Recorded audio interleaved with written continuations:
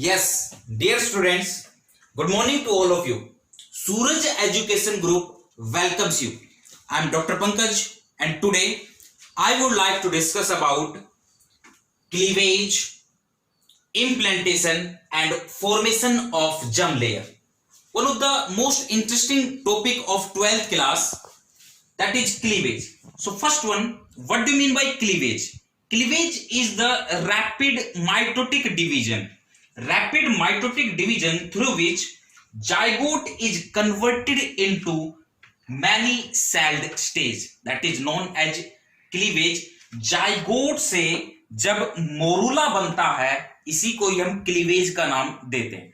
काफी स्टूडेंट यहां एक क्वेश्चन डिस्कस करते हैं मुझसे कि what is the difference between cleavage and mitosis? Is there any difference between cleavage and mitosis? Yeah, there is so many difference between cleavage and mitosis. Always be remember that.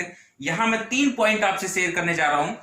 Cleavage जो है वो rapid mitotic division होता है, लेकिन mitosis एक rapidly division हम नहीं बोल सकते।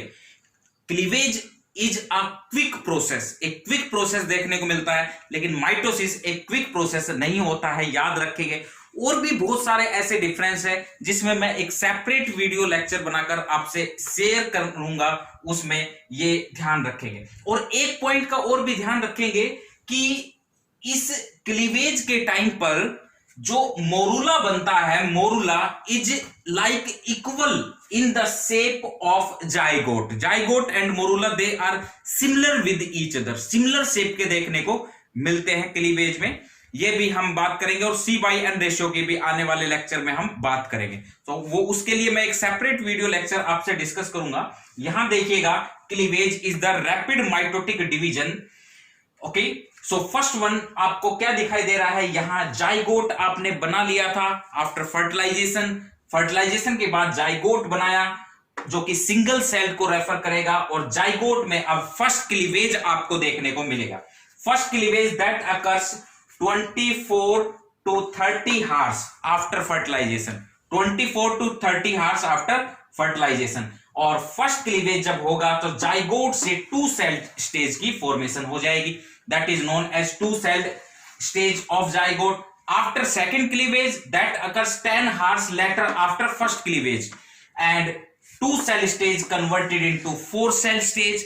After that, at the end of third day, 4 cell stage converted into 8 cell stage, which is called early morula, and 8 cell stage converted into 16 cell stage, that is known as late morula और complex morula. You can say morula term कहां से आई? Morula means mulberry, morula means mulberry like structure. सैतूत आपने नाम सुना होगा, वैसी स्ट्रक्चर आपको नजर आएगी, सॉलिड बोल लाइक स्ट्रक्चर। इसमें आपको देखने को मिल रहा है 2 सेल स्टेज से 4 cell stage, then 8 cell stage, और 8 से ये 16 सेल स्टेज जो बनी है इसी को हम बोलते हैं morula. The 8 to 16 cell stage is known as morula. Okay, so 8 to 16 cell stage को morula is solid ball like structure. Next, अब आपको ये देखने को मिल रही है the outermost covering that is known as zona pellucida.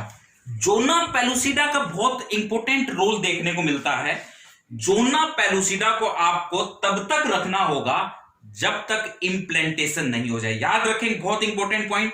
अगर सपोज जोना पेलुसिडा, हमने एग की स्ट्रक्चर पढ़ी तो उसमें क्या देखा था? उसमें हमने देखा जोना पेलुसिडा लेयर है, कोरोना रेडिएटा उसके आउटमोस्ट लेयर आपको देखने को मिल रही थी। तो जोना पेलुसिडा में फर्दर चेंजेस आते हैं, पॉलीस्पर्मी को ब्लॉक करना, वो सारे हम प्रीवियसली डिस्कस कर चुके हैं।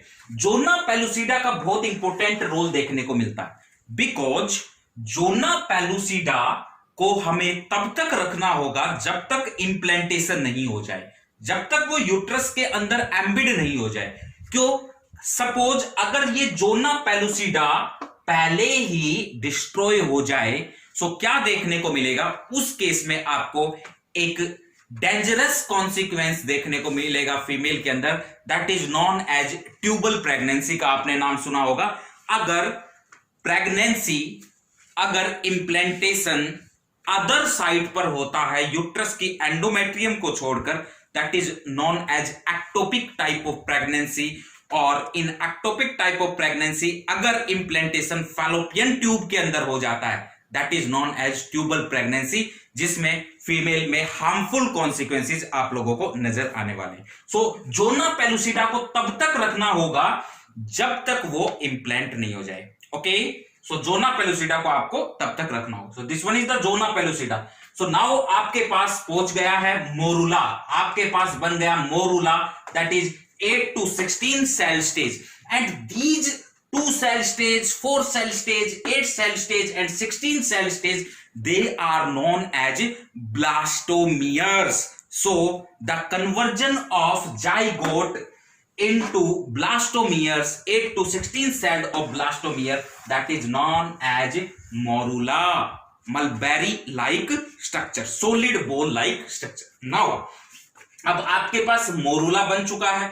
अब मोरूला के अंदर सेल का डिफरेंशिएशन होगा, और जब सेल का डिफरेंशिएशन होगा तो 2 सेल बननी स्टार्ट हो जाएगी।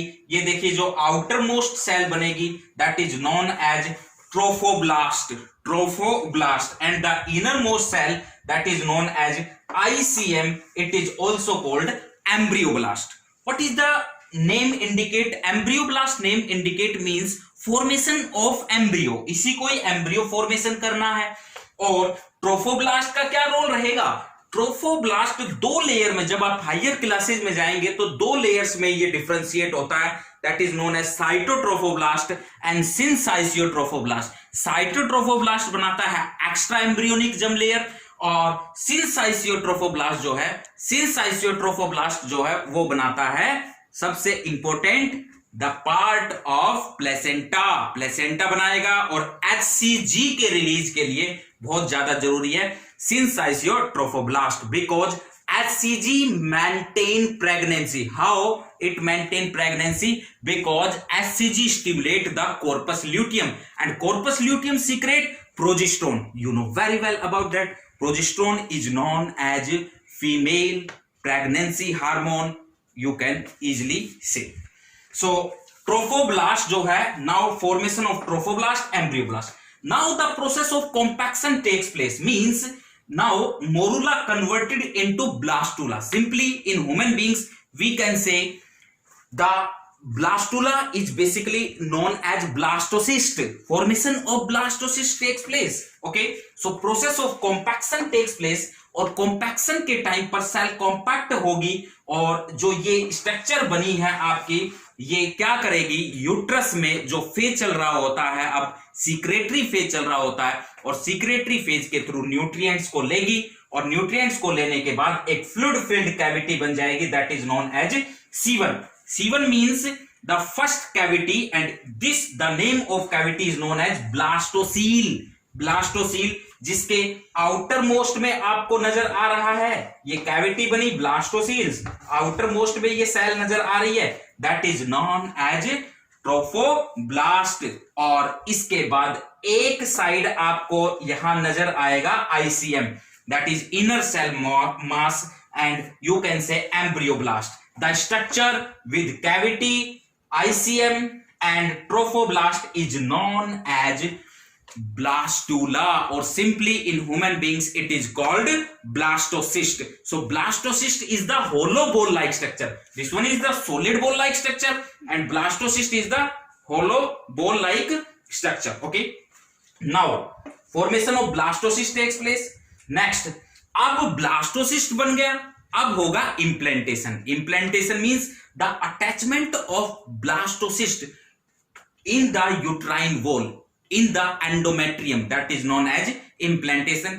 implantation का हम यहाँ सेपरेट लेक्चर बनाकर आपसे डिस्कस करेंगे, वीडियो लेक्चर। उसके लिए आप सेपरेट यूट्यूब, हमारी यूट्यूब जो साइट है सूरज एजुकेशन ग्रुप की, उस पर आप बने रहिए। सो उसके लिए हम सेपरेट लेक्चर आपसे डिस्कस करेंगे। Now formation of germ layer, formation of germ layer.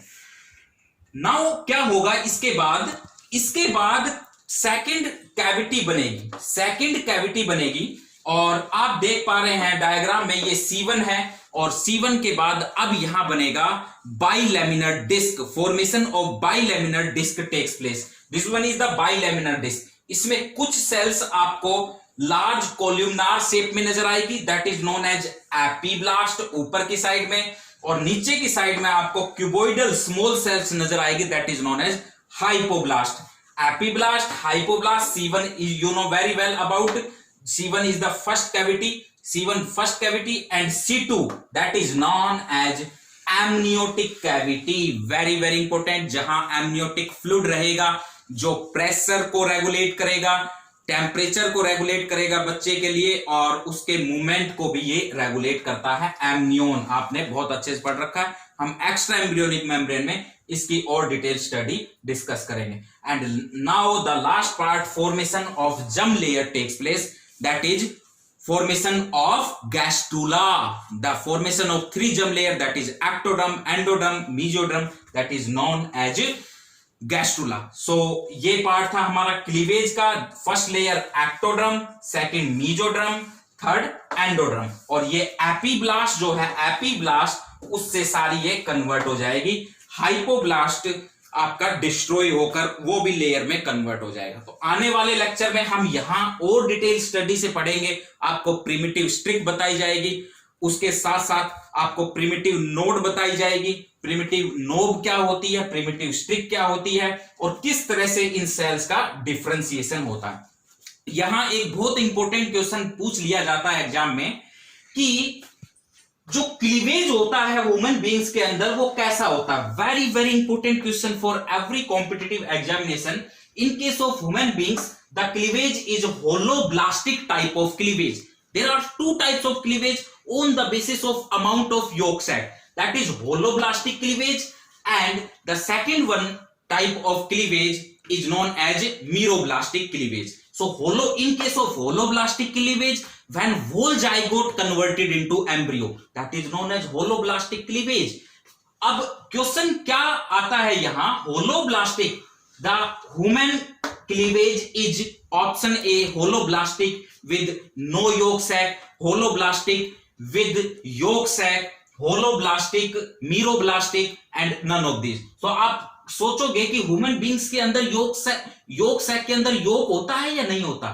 ये काफी एग्जाम्स में क्वेश्चन, काफी स्टूडेंट कंफ्यूज भी होते हैं कि yolk होता है या नहीं होता. कई जगह बुक्स में लिख रखा नहीं होता, कई जगह. तो मैं आपको ये डिफाइन कर दूं, ह्यूमन बीइंग्स के अंदर, मैमल्स के अंदर लिटिल अमाउंट ऑफ yolk होता है.